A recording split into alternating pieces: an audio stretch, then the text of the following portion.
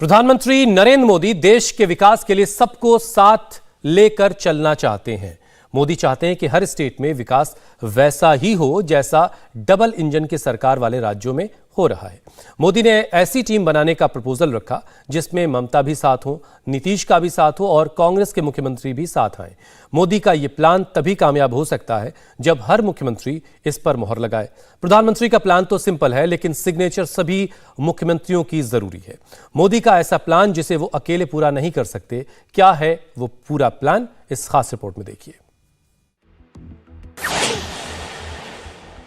हर एक राज्य देश की बेहतरी के लिए मिलजुल करके काम करे। जब देश का सामर्थ्य बढ़ेगा तो देश के हर नागरिक, हर परिवार का सामर्थ्य बढ़ेगा। One nation, one police uniform. Police के पास व्हीकल पुराना नहीं होना चाहिए। अब कानून व्यवस्था किसी एक राज्य के दायरे में सिमटी रहने वाली व्यवस्था नहीं रह गई है। टेक्नोलॉजी की मदद से एक राज्य में बैठे अपराधी दूसरे राज्य में भयंकर अपराध करने की ताकत रखते हैं। हर राज्य की एजेंसियों का आपस में तालमेल, केंद्र और राज्य की एजेंसियों का आपस में तालमेल, ये बहुत जरूरी है। सभी एजेंसियों को एक दूसरे को पूरा सहयोग देना चाहिए। हमारे बीच में तालमेल, संकलन, सहयोग बहुत अनिवार्य है। हमें कॉमन प्लेटफॉर्म के विषय में बड़ा मन रख करके सोचना ही पड़ेगा। एक छोटी सी फेक न्यूज पूरे देश में बड़ा बवाल खड़ा कर सकती है। अब हमें ताकत को जोड़ करके इसको हैंडल करना है जी। बंदूक वाला भी है और कलम वाला भी नक्सलवाद है। हमें इन सब का काट निकालना पड़ेगा। बुद्धिपूर्वक करना पड़ेगा, समझदारी से करना पड़ेगा कि अगर हम मिलकर एक राष्ट्रीय परिप्रेक्ष्य के साथ आगे बढ़ेंगे तो हम हर चुनौती हमारे सामने बोनी सिद्ध हो जाएगी। हर राज्य साथ मिलकर के काम करना पड़ेगा। नरेंद्र मोदी ने क्या सोचा है? मोदी के दिमाग में क्या चल रहा है? प्रधानमंत्री ने दोस्ती का प्रपोजल रखा है। एक बार नहीं, कम से कम 15 बार प्रधानमंत्री ने अपने सियासी दुश्मनों से अपील की कि देश की खातिर, देश के लोगों की खातिर साथ तो आना पड़ेगा, हाथ तो मिलाना पड़ेगा। हरियाणा के सूरजकुंड में चल रहे होम मिनिस्टर्स चिंतन शिविर में मोदी जब दोस्ती का प्रपोजल रख रहे थे, तब बिहार में सीएम ऑफिस के साथ होम मिनिस्ट्री संभाल रहे नीतीश कुमार पटना में बैठे थे। पश्चिम बंगाल का गृह मंत्रालय देखने वाली ममता बनर्जी कोलकाता में टीवी ऑन करके मोदी को सुन रही थी। अशोक गहलोत ना तो खुद आए, ना अपने होम मिनिस्टर शांति धारीवाल को भेजा। हेमंत सोरेन भी रांची में बैठे थे। ओडिशा के सीएम नवीन पटनायक अमित शाह के बुलावे पर भी भुवनेश्वर से नहीं आए और तमिलनाडु के सीएम एम.के. स्टालिन भी चेन्नई से नहीं हिले। अमित शाह के न्योते पर पंजाब के सीएम भगवंत मान जरूर आए और सीपीएम वाले पिनराई विजयन भी मोदी को सुनने के लिए बैठे रहे। मोदी कहते हैं कि आओ टीम इंडिया बनाओ। मोदी कहते हैं कि चलो पुलिस को सुधारते हैं, हाथ मिलाते हैं, दुश्मनी मिटाते हैं, देश की खातिर चलो दोस्ती निभाते हैं। लेकिन क्या यह पॉसिबल है? क्या सियासत में दोस्ती मुमकिन है? जो मुख्यमंत्री देश के गृह मंत्री के न्योते पर मीटिंग में नहीं आते, वो क्या प्रधानमंत्री की बात मानेंगे? पुलिस पर अपना कंट्रोल कम होना क्या वो मंजूर करेंगे? क्या देश भर में पुलिस का एक ही यूनिफॉर्म हो सकता है? मोदी कहते हैं क्यों नहीं हो सकता, हम चाहे तो कर सकते हैं। जैसे आज देश में one nation one ration card की व्यवस्था बनी है, one nation one mobility card की व्यवस्था हो रही है, वन नेशन वन ग्रिड बना है, one nation one sine language बनी है, वैसे ही पुलिस की वर्दी को भी लेकर भी ऐसी कोई अप्रोच अपनाई जा सकती है। सब सोचे, साथ मिलकर के सोचे, कोई किसी पर थोपने की जरूरत नहीं है, एक इवॉल्व करें। आप देखिए बहुत बड़ा लाभ होगा और एक दूसरे की ताकत में इजाफा होगा। One nation one police uniform, हाँ उस राज्य का एक टैग हो सकता है, उस राज्य का एक नंबर हो सकता है, लेकिन पहचान कॉमन बने। क्या हर राज्य की पुलिस कॉमन प्लेटफॉर्म पर आकर काम कर सकती है? टेक्नोलॉजी तो है, लेकिन क्या मुख्यमंत्रियों के पास इसका विल पावर है? संविधान में भले कानून और व्यवस्था राज्यों का दायित्व है, लेकिन ये देश की एकता अखंडता के साथ भी उतने ही जुड़े हुए हैं। हर एक राज्य एक दूसरे से सीखें, एक दूसरे से प्रेरणा लें, देश की बेहतरी के लिए मिलजुल करके काम करें।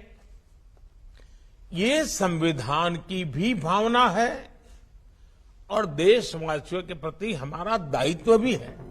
पार्टी पॉलिटिक्स की बेस पर चलने वाली पुलिसिंग में रिफॉर्म कितना मुश्किल है, इसमें रोड़े क्या क्या हैं, ये हम आगे बताते हैं। पहले ये देखना जरूरी है कि नरेंद्र मोदी जब मुख्यमंत्रियों और राज्य के गृह मंत्रियों से डायलॉग कर रहे थे, तब सोशल मीडिया पर क्या चल रहा था। सोशल मीडिया पर दो हैशटैग ट्रेंड हो रहे थे, योगी मॉडल और hashtag Yogi model against crime.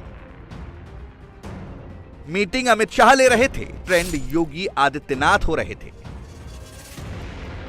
ये ट्रेंड बताता है कि लॉ एंड ऑर्डर का योगी मॉडल देश भर में हिट है। दूसरे राज्य देर सवेर यूपी को ही फॉलो करते हैं। बुलडोजर फॉर्मूला हो या एनकाउंटर पॉलिसी, योगी जो भी करते हैं हम ठोक कर करते हैं। तभी तो योगी आदित्यनाथ ये कहने की हिम्मत रखते हैं कि यूपी में अपराधी या तो जेल में हैं या फिर ढेर हो चुके हैं। उत्तर प्रदेश में वो दिन बीत गए जब पर्व त्योहारों पर दंगे हो जाया करते थे। उत्तर प्रदेश में संगठित अपराध और गैंग वॉर का जमाना भी लग गया। दो हाई प्रोफाइल बाहुबलियों का एग्जाम्पल देख लीजिए। कुछ महीने पहले तक पंजाब की जेल के जेलर के बंगले में आराम फरमाने वाला मुख्तार अंसारी अब यूपी की सीतापुर जेल में अपने दिन गिन रहा है और गुजरात की साबरमती जेल में बंद बाहुबली अतीक अहमद कहता है कि योगी जी बहुत बढ़िया काम कर रहे हैं। बहुत बहादुर मुख्यमंत्री है, ईमानदार है। आपको लगता है नहीं, योगी आदित्यनाथ बहुत बहादुर मुख्यमंत्री है, ईमानदार है और मेहनत कर रहे हैं। योगी ने मुख्तार अंसारी और अतीक अहमद के अड्डों पर चुन चुन कर बुलडोजर चलवा दिया। बुलडोजर से डॉन के शूटर्स और कारिंदे भी नहीं बचे। जिन संपत्तियों को तोड़ा नहीं जा सकता था उसे जब्त कर लिया गया, जो जमीन बची उसे सीज कर लिया गया। अतीक अहमद की 959 करोड़ की संपत्ति योगी आदित्यनाथ ने सीज की और मुख्तार अंसारी की काली कमाई से बनाई गई 448 करोड़ की दौलत योगी ने जब्त कर ली। उत्तर प्रदेश में माफिया पर बुलडोजर भी चल रहा है और पुलिस मुकदमा चलाकर सजा भी दिलवा रही है। यूपी में 62 चिन्हित माफिया हैं, इनमें से 7 माफिया और उनके 28 गुर्गों को सजा दिलाई गई है। योगी राज में माफिया और अपराधियों की 4000 करोड़ रुपए की अवैध संपत्ति को जब्त किया गया है। यह पूरे देश में रिकॉर्ड है।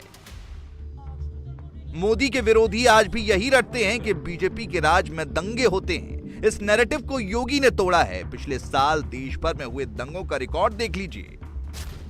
नेशनल क्राइम रिकॉर्ड ब्यूरो के मुताबिक 2021 में देश भर में 378 दंगे हुए। इनमें से सबसे ज्यादा 100 दंगे झारखंड में हुए, वहां हेमंत सोरेन की सरकार है। महाराष्ट्र में 77 दंगे हुए, 2021 में वहां उद्धव ठाकरे की सरकार थी। बिहार में 51 दंगे हुए, वहां 17 साल से नीतीश कुमार ही मुख्यमंत्री हैं। उत्तर प्रदेश में दंगे का केवल एक मामला हुआ। महिलाओं के खिलाफ अपराध करके यूपी में कोई बच नहीं सकता। वहां 59% मामलों में सजा दिलाने का रिकॉर्ड योगी सरकार ने बनाया है। हर राज्य उत्तर प्रदेश नहीं है, हर राज्य में योगी आदित्यनाथ नहीं है, मगर अपराध तो हर राज्य में हो रहे हैं। अब देखते हैं प्रधानमंत्री ने जो सुझाव दिया है वो क्या है और उसका इफेक्ट क्या होगा। कोलकाता की पुलिस सफेद यूनिफॉर्म पहनती है। इसे अंग्रेजों ने सिलेक्ट किया था, जो आज तक चला आ रहा है। जबकि पश्चिम बंगाल की पुलिस खाकी ड्रेस पहनती है। कर्नाटक की पुलिस अक्सर तिरछी टोपी में दिखती है, जबकि कर्नाटक पुलिस के बड़े अफसर दूसरी टोपी लगाते हैं। पांडिचेरी की पुलिस लाल रंग की गोल टोपी लगाती है। ऐसी टोपी आप कहीं और नहीं देखेंगे। उत्तर प्रदेश की ट्रैफिक पुलिस सफेद कमीज पहनती है, लेकिन पैंट का कलर चेंज होता रहता है। 2008 से पहले यूपी ट्रैफिक पुलिस के जवान पैंट भी सफेद पहनते थे। 2008 में मायावती ने उनकी पैंट नीली कर दी। अखिलेश यादव की सरकार आई तो पैंट का कलर खाकी हो गया। योगी राज में यूपी ट्रैफिक पुलिस के पैंट का कलर फिर से ब्लू कर दिया गया।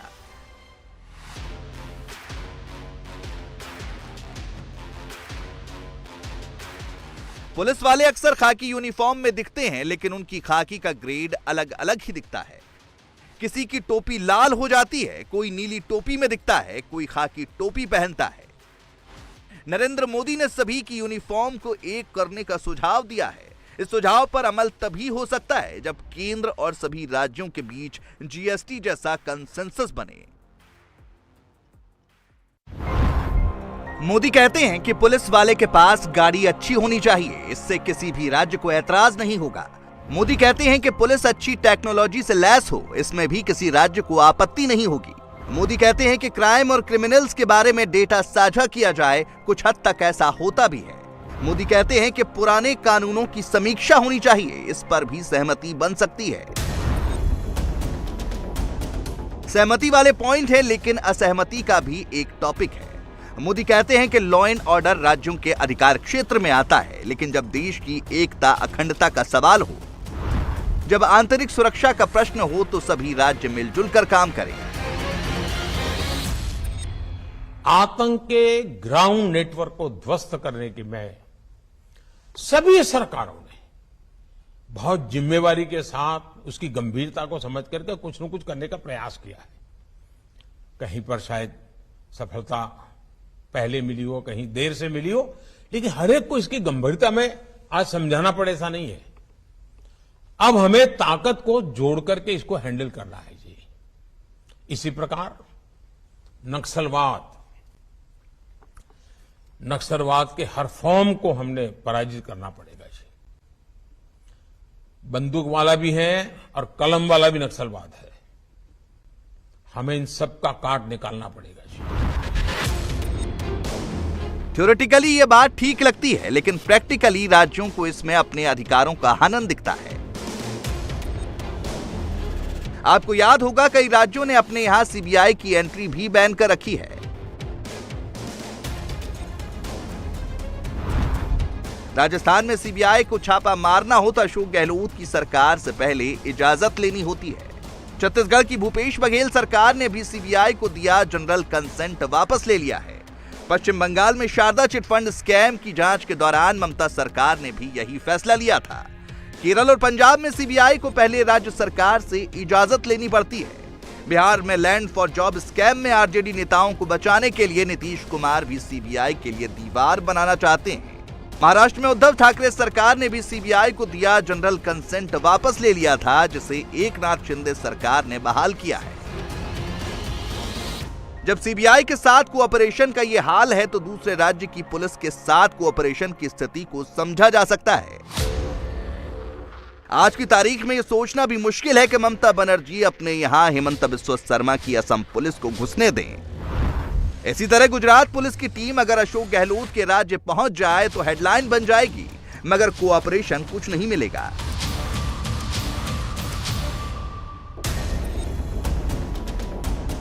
जेनेरिक क्राइम केस में पुलिस सहयोग करती भी है, लेकिन किसी केस में जैसे ही पॉलिटिकल एंगल घुसता है, पुलिस का पूरा अप्रोच चेंज हो जाता है।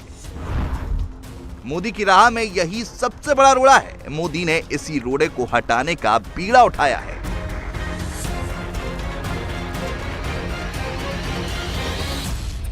इंडिया टीवी हर वक्त हर जगह डाउनलोड करने के लिए सर्च करें India TV news Google play store या ऐप स्टोर पर।